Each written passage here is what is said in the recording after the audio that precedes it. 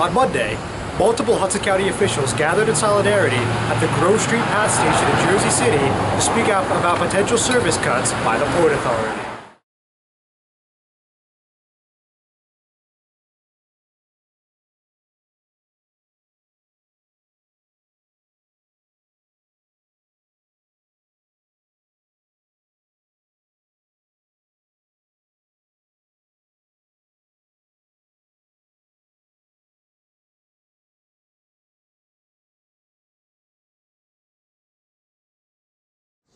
In 2012, the Port Authority issued its own audit, and its audit is pretty damaging. It said, among other things, that the Port Authority needs a top-to-bottom overhaul of its management structure.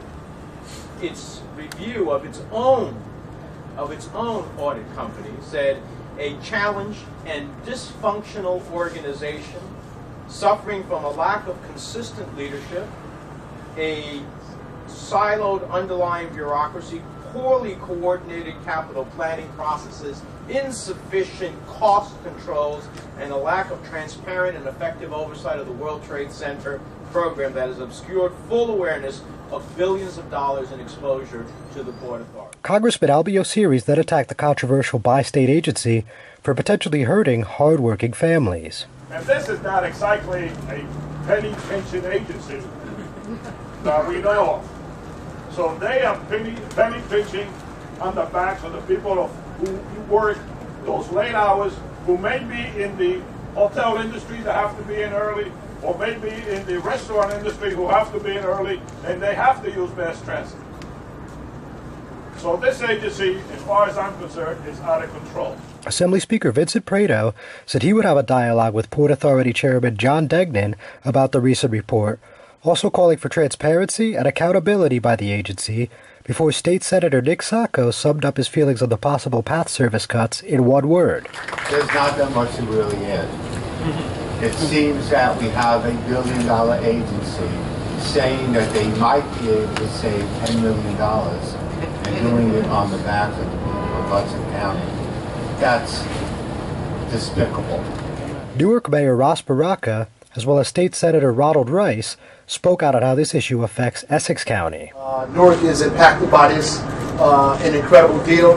One, Newark is a 24-hour city, 24/7 city with the New Jersey Performing Arts Center, with 40,000 college students in our downtown area who use the PATH train to reverse back and forth from New York to Newark every single day.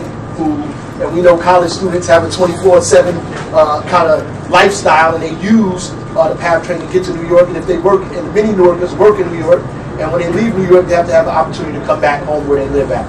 People forget about the fact that it's not just those of us who live and work here, but there are those who visit here as well that help our commerce grow. And also happy to be here, because I just don't think that those of us who are elected officials in the positions we are from the federal to the local level, we don't come together enough.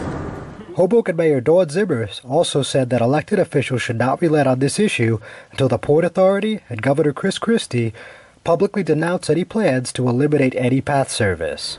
Let's face it, this is an absolutely terrible idea. It will damage our region and will cost us money. That's the bottom line. This will cost us money. So whatever savings the Port Authority says they might get, it's going to be an enormous cost to the state of New Jersey, and it will cost our taxpayers.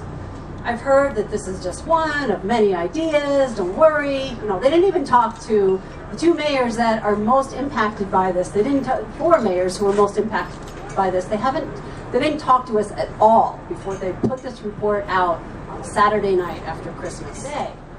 I am so proud to be here with everyone, to join together with everyone, to call on the Port Authority, to call on Governor Christie, to publicly state that the idea of reducing services has to be off the table. We want to hear it. We want to hear you say, we take this off the table. We will not reduce PATH service for New Jersey. Thank you.